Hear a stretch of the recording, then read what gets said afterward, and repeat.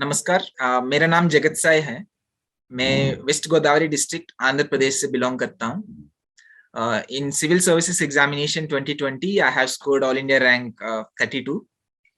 तो इस वीडियो के द्वारा मैं मेरी स्ट्रैटेजी डिस्कस करना मतलब शेयर करना चाहता हूँ।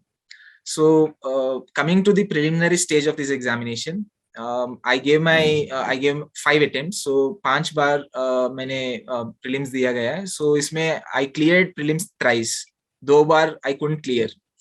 So there are certain do's and don'ts which I learned from my own experiences. सबसे पहले, in my first attempt, I prepared well. If I have to say, of all my 5 attempts, the amount of efforts that I have put in, that was highest in my first attempt. So knowledge की कमी नहीं था तब, लेकिन the strategy that I adopted in the actual examination scenario was wrong. When I used to practice at in my room and in my test series, I used to attempt around 85 to 88, 90 questions, and that was my sweet spot. In UPSC examination, failure is not the opposite of success. It is part of your journey to success. Are you ready? Are you ready? Not let the first chapter demotivate you. Are you ready to constantly improve? Are you ready to shed your sweat? Are you willing to burn midnight oil? Are you ready to think, read, write, and give it all like a topper? Are you ready to prepare for UPSC 2023? You have everything in you to be a civil servant, but you are demotivated only because of financial constraints. Then welcome to Smash UPSC 2023 initiative, an initiative by Civils Daily. It is India's best scholarship program for UPSC civil services. The dates of the test are on 13th and 28th March. The test will be conducted online at 10 a.m. The syllabus will be your GS1 prelims syllabus. So, what are you waiting for? Get off the snooze mood and register right now. So, lekin when I went into the actual examination, because of few questions and few easy questions, I thought that this is not the standard of UPSC. It's asking very simple questions, so there are some traps laid down here. I overthought there, and I marked wrong answers. As a result, I could not attempt my more number of questions as well. So I just attempted 73 questions and I came out of the hall, which was not my original strategy, natural strategy. So because of this, I scored 112 marks, and the cutoff being 116. So what I learned from that is that not everyone's strategy is same. Like I spoke with a few of my seniors who said that we shouldn't attempt more than 80 questions. ये last 10 दिन में मैं ये advice लेके चले गया exam, और I started implementing it in the actual examination. So that didn't work. Everyone has their own way of clearing this examination. और ये मुझे second attempt तक पता चला. So in my second attempt, I worked on this. I cleared it. And the same thing happened in my third attempt again. So third attempt there was some psychological pressure on me because of my not getting through into the final list in my second attempt.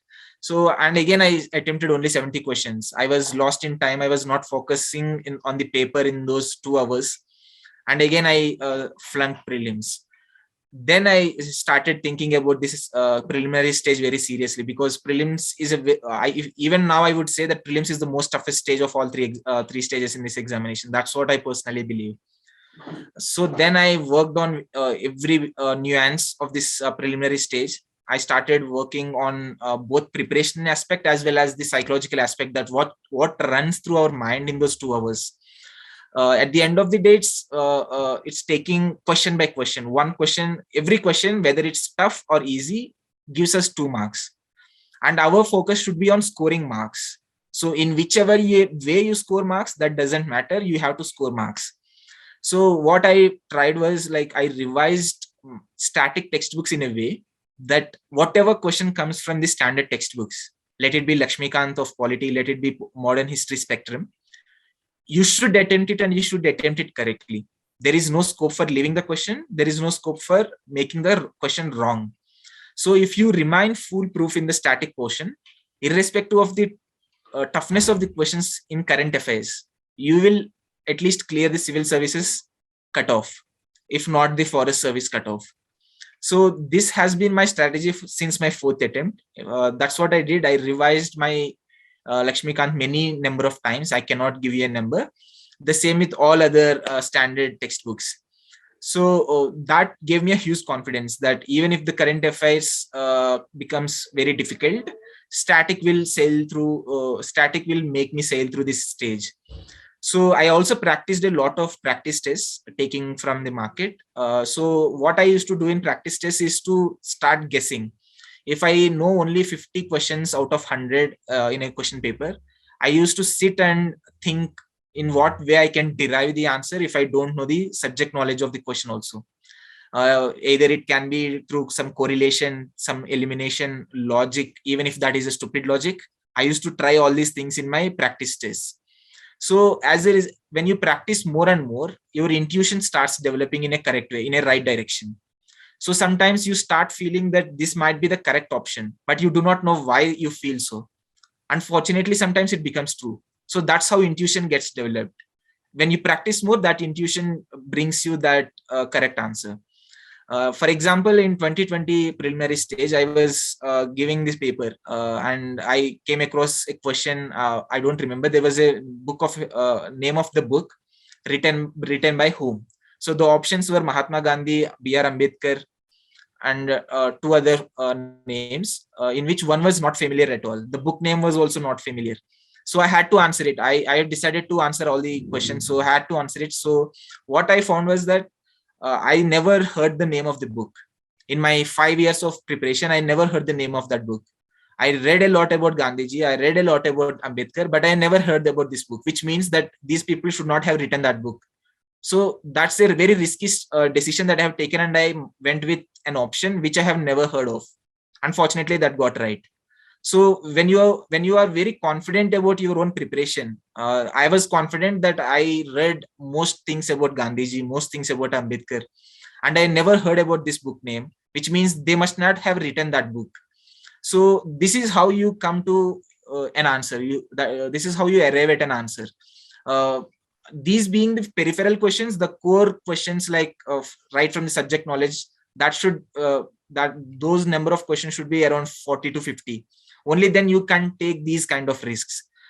So this is my overall strategy for prelims, like revise more static in an efficient way, foolproof way, and don't rely on current affairs excessively. You do current affairs, but don't rely on them excessively. CSAT, if you're not from engineering background, even if you're from engineering background, practice a bit. I shouldn't say this, but I never practiced CSAT because I always thought I was decent in CSAT because of my engineering background. But these days, even people from engineering background are not able to clear. So the questions are becoming difficult. So don't take it easily. Practice CSAT also, and you will sail through the preliminary stage. Now I will be sharing my examination strategy, like what to do in those 2 hours in the preliminary stage. So सबसे पहले never get bogged down when you get tough questions in a row. Because अब कभी कभी ये हो सकता है कि कई सारे सेट्स में all the tough questions are given at one place, right from first question to 10 questions. ये बस ये समझिए कि you need to get maybe 70 questions at max, right? That will definitely get into the mains list. So every question, whether it's tough or easy, gives you 2 marks. So if you are having 10 set of tough questions in this row, in the first 10 row, that means you have many easy questions in the next 90. सो ये मत सोचिए कि paper tough है और मैं नहीं कर पाऊंगी ये सब. तो बस you immediately change your way of attempting the question, go back, maybe come from 100 to 1 or maybe 50 to 100, so that you get some confidence.